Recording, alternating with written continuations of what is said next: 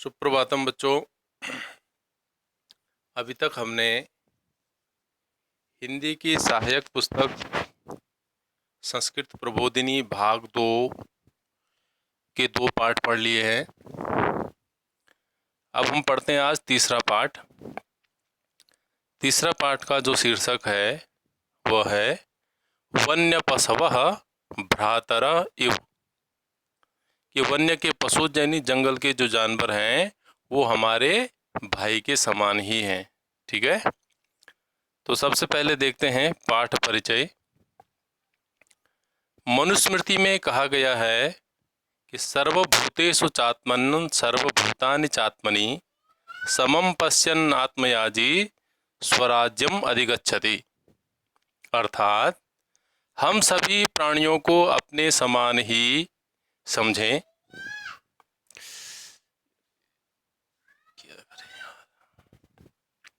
तथा उनके रक्षण तथा पालन पोषण को अपना दायित्व समझें। इसलिए पंच यज्ञों में भूत बलि का प्रावधान है। पंच बलि क्या होते हैं? अनेक पशुओं को, जानवरों को हम उसमें अपने भाग देते हैं अन्न का। जैसे चींटियों को देते हैं, गाय को देते हैं, कुत्ते को देते हैं, कौवे को देते हैं। ये भूत बलि कहलाती है ना। तो ये 5 यज्ञों में भूत बलि का प्रावधान है। तो सर्वम खल्विदम ब्रह्म का संदेश भी यही है कि संपूर्ण जगत परमेश्वर से व्याप्त है। अतः प्राणियों का शिकार करना भारतीय संस्कृति के अनुकूल नहीं है। तब भी कुछ ऐसी जातियां या वनवासी, गिरिवासी पाए जाते हैं जो पारस्परिक रूप से पशु पक्षियों के शिकार पर ही निर्भर हैं। उनके जीवन यापन का अन्य कोई माध्यम न होने से भी वे चाहते हुए भी पारस्परिक कर्म को छोड़ भी नहीं पाते हैं, है ना। तो अरुणाचल प्रदेश के लोक जीवन से लिया गया यह पाठ ऐसे लोगों को सोचने को विवश तो अवश्य करेगा जो जीव जंतु का शिकार करना अपने लिए गौरवप्रद या आवश्यक मानते हैं, है ना। प्रारंभिक अवस्थाएं कुछ और थी। उस समय लोगों के पास अपना जीवन चलाने के लिए और कोई साधन नहीं थे, इसलिए वो मांस भक्षण करते थे। उस समय तो थोड़ा बहुत मान भी लिया जाए, लेकिन अब लोग बोला अपने गौरव के लिए, खेल के लिए भी शिकार करते हैं, जो कि बिल्कुल ही निंदनीय है। ठीक है, तो अरुणाचल प्रदेश की ये कहानी है, इसको देखते हैं। अरुणाचल प्रदेशे रूपक ग्रामे उभौ सहोदरौ निवसतः स्म। ठीक है, संस्कृत के शब्दों को भी ध्यान से देखेंगे, कौन सी विभक्ति है, कौन सा कारक है। ठीक है, तो उसको भी ध्यान में रखते हुए पढ़ेंगे। जैसे अरुणाचल प्रदेशे, इसमें सप्तमी विभक्ति का एक वचन का रूप है। तो अरुणाचल प्रदेश में, है ना। कारक चिन्ह आपको पता होने चाहिए। कारक चिन्ह जब पता होंगे तो आपको अर्थ लगाने में कोई दिक्कत नहीं आएगी। तो ठीक है, तो अरुणाचल प्रदेशे रूपक ग्रामे उभौ सहोदरौ निवसतः स्म। अरुणाचल प्रदेश में रूप ग्राम में उभौ सहोदरों यानी कि 2 सगे भाई रहते थे। निवसतः स्म, ठीक है, रहते थे। तयो ज्येष्ठः बौद्ध सन्यासी, उसमें से जो बड़ा भाई था वो बौद्ध सन्यासी हो गया था, है ना। कानी यांच व्याध वृत्तिम आश्रितः, और छोटे भाई ने क्या कर लिया, व्याध वृत्ति का आश्रय ले लिया। व्याध वृत्ति मैंने शिकार करने वाला, है ना। तो घर का पालन पोषण वही करता था, शिकार करके लाता था और पूरे घर का पालन पोषण उसी से होता था। ठीक है, अनुजः एव गृह पोषणम करोति स्म, छोटा भाई ही घर का लालन पालन, गृह पोषण करता था, है ना। प्रतिदिनम सह अरण्यम गत्वा पशून् हत्वा मांसम संगृह्य आगच्छति स्म, और प्रतिदिन वो क्या करता था, अरण्यम गत्वा मैंने जंगल में जा करके पशून् हत्वा, पशुओं की हत्या करके, मांसम संगृह्य, मांस ग्रहण करके, मांस इकट्ठा करके घर आता था। आगच्छति स्म, है ना। आगच्छी वर्तमान कालिक क्रिया है, और यदि इसमें स्म लगा देते हैं तो भूतकालिक क्रिया हो जाती है ना। तो आगच्छति वर्तमान का क्रियापद है, तो स्म लगा देने से वो भूतकाल की क्रिया हो जाती है, यानी कि आता था, है ना।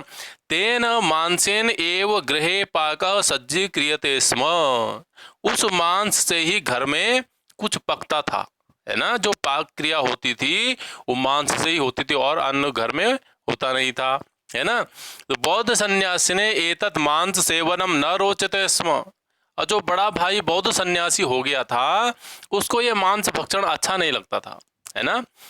खाता था अपने जीवन चलाने के लिए, क्या करे कुछ और था नहीं, इसलिए खाता था, लेकिन उसको ये अच्छा नहीं लगता था।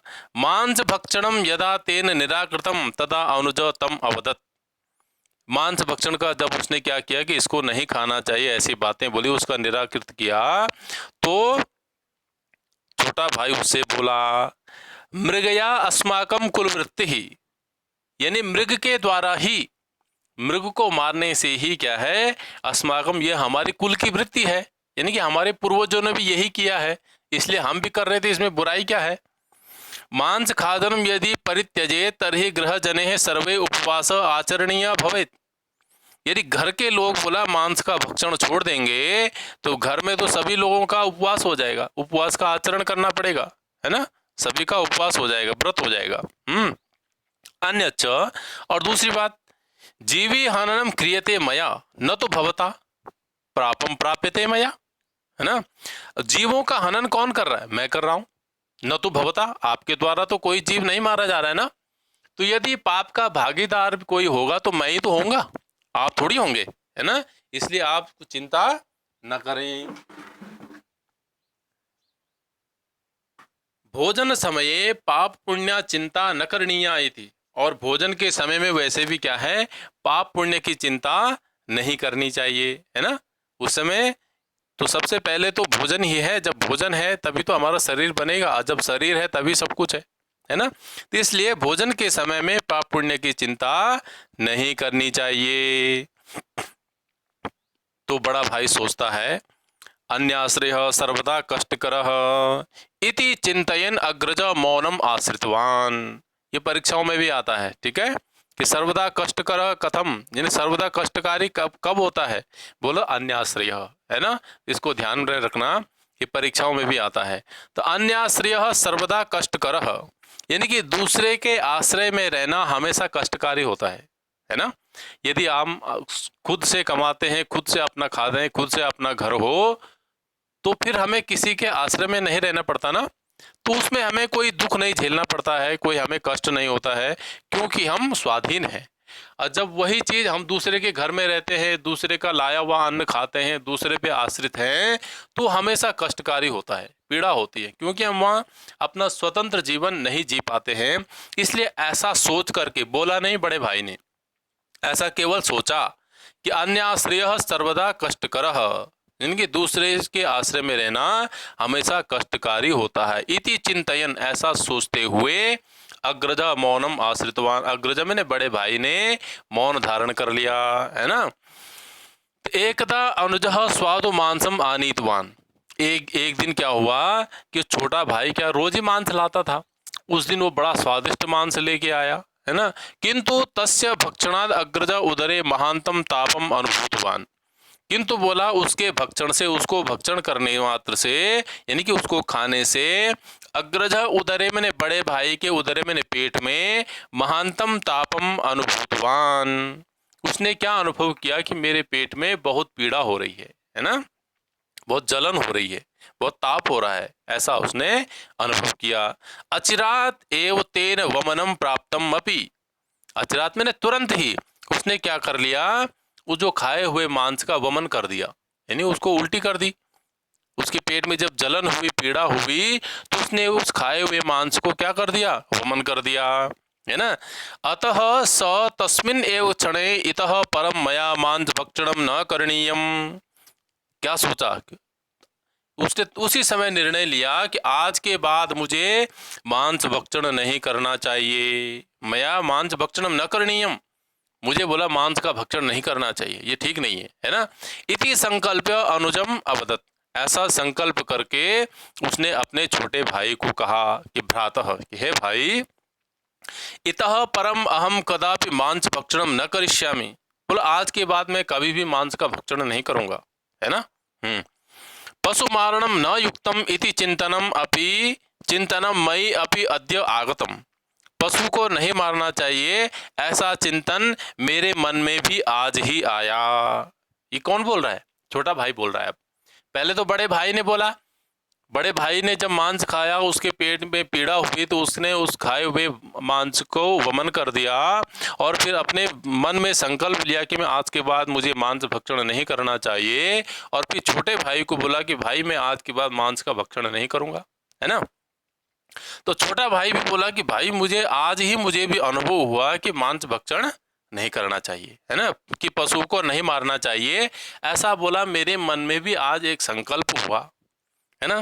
बोले एक घटना हुई मेरे साथ। क्या हुई? बोला अद्य अरण्ये मातृवियोगेण अश्रूणि श्रावय मृग शिशु दृष्टः मया।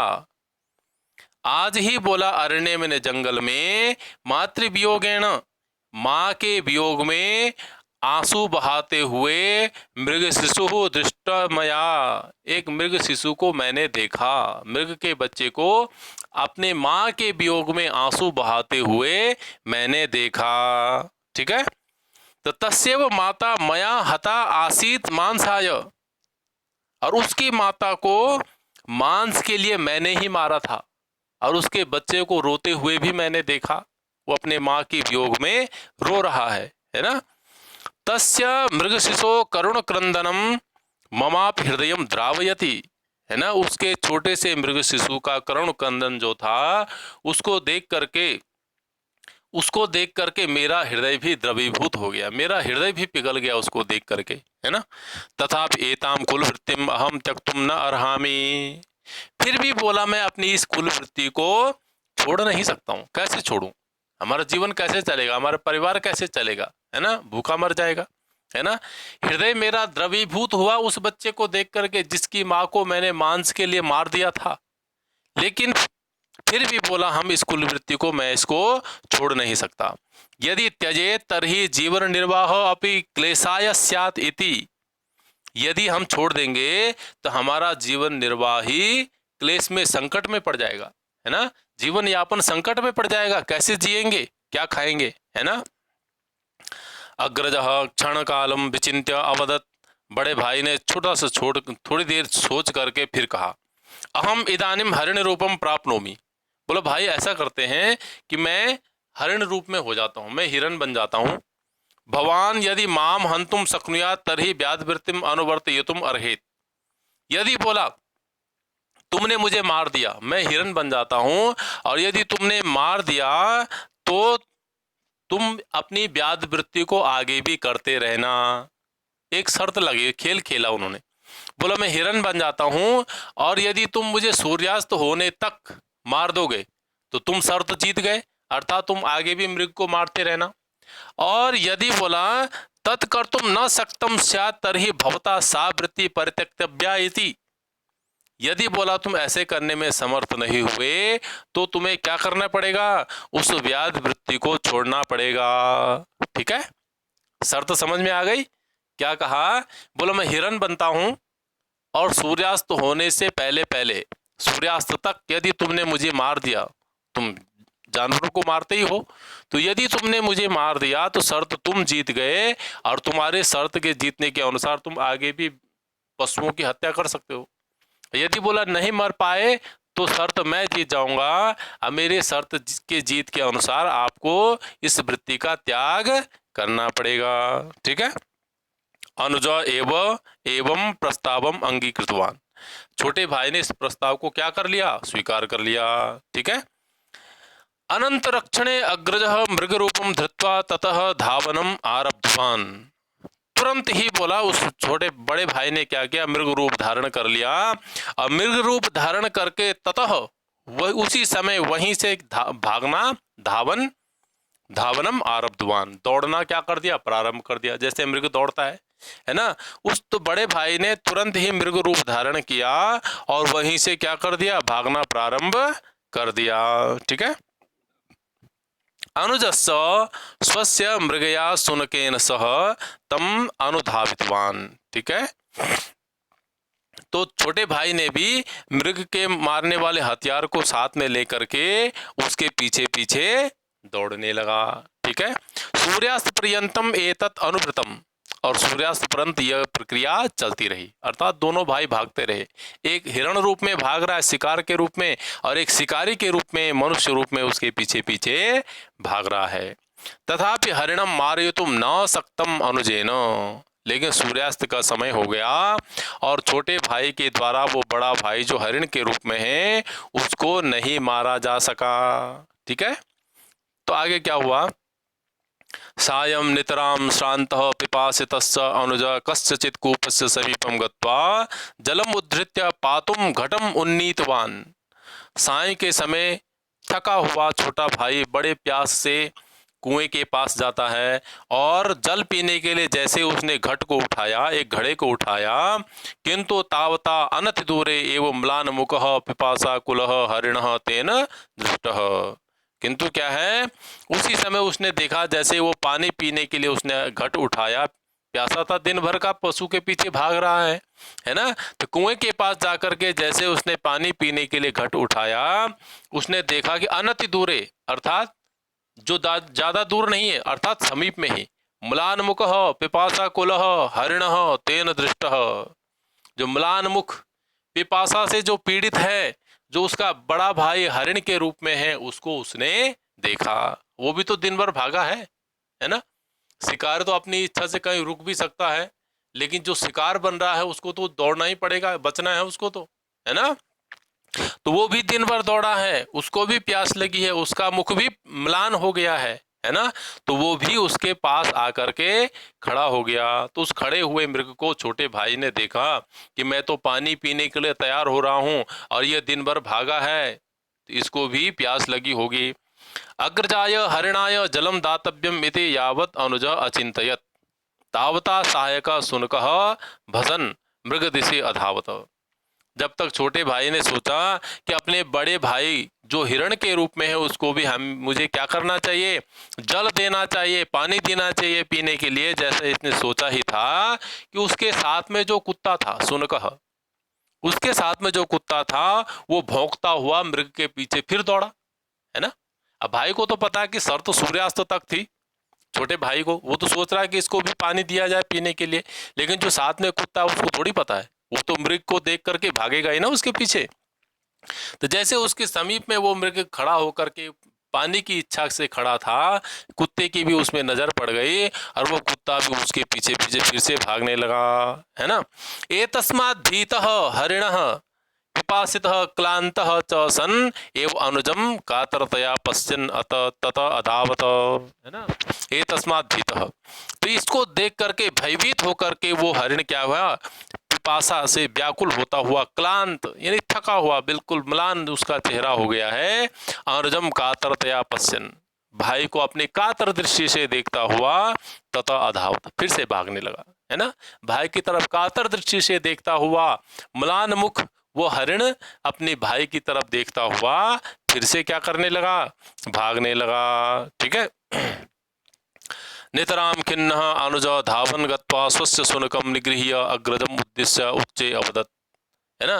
नितराम यानी कि बिल्कुल ही खिन्न, अनुज धावन गत्वा, वो छोटा भाई भी भागता हुआ उसके पीछे गया और अपने कुत्ते को पकड़ करके, कुत्ते को उसने पकड़ लिया और फिर जोर से अपने भाई को आवाज दी, उच्चे अवदत ने ऊंचे स्वर में कहा कि भ्रातः कृपया भवान प्रत्यागच्छतु, अरे भाई आप कृपया लौट आओ, प्रत्यागच्छतु मैंने वापस चले आओ, अहम भवंतम न हनिष्यामि, मैं आपको नहीं मारूंगा, भवान एव विजयी, आप विजयी हो गए हैं, सूर्यास्त का समय हो गया है, मैं आपको नहीं मार पाया, आप विजयी हो गए हैं, अहम पराभूत अस्मि, मैं पराजित हो गया हूं इति, है ना।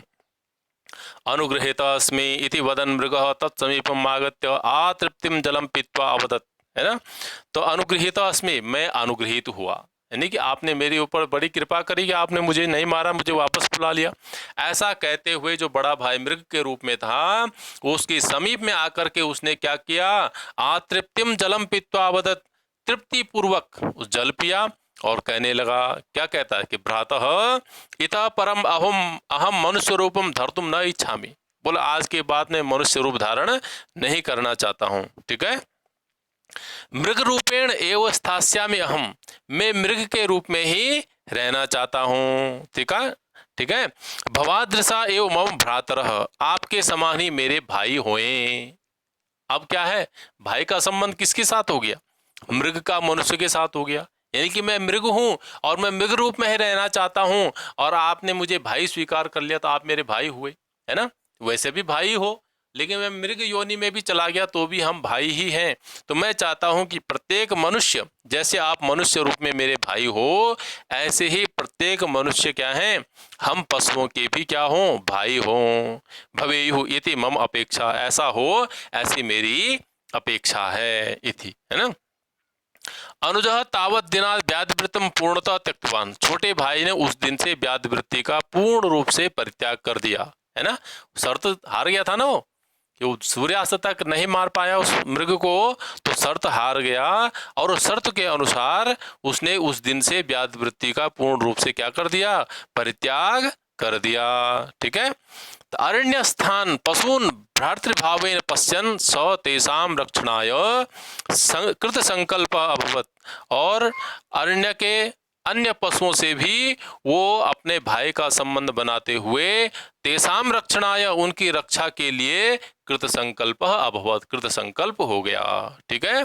तो उस दिन से उसने पशुओं को मारना पूर्ण रूप से छोड़ दिया। ठीक है। तो आज इतना ही, इसको ध्यान से सुने, इस पाठ से परीक्षा में भी आते हैं, इसलिए ध्यान से सुनेंगे तो प्रश्नों के उत्तर अपने आप समझ में आ जाएंगे। ठीक है। तो पिछले पाठ के कुछ प्रश्नोत्तर भी दे रहा हूं, उनको भी करें और इसको ध्यान से सुने समझें, जहां पर समझ न आए फिर से आप लोग पूछ सकते हैं।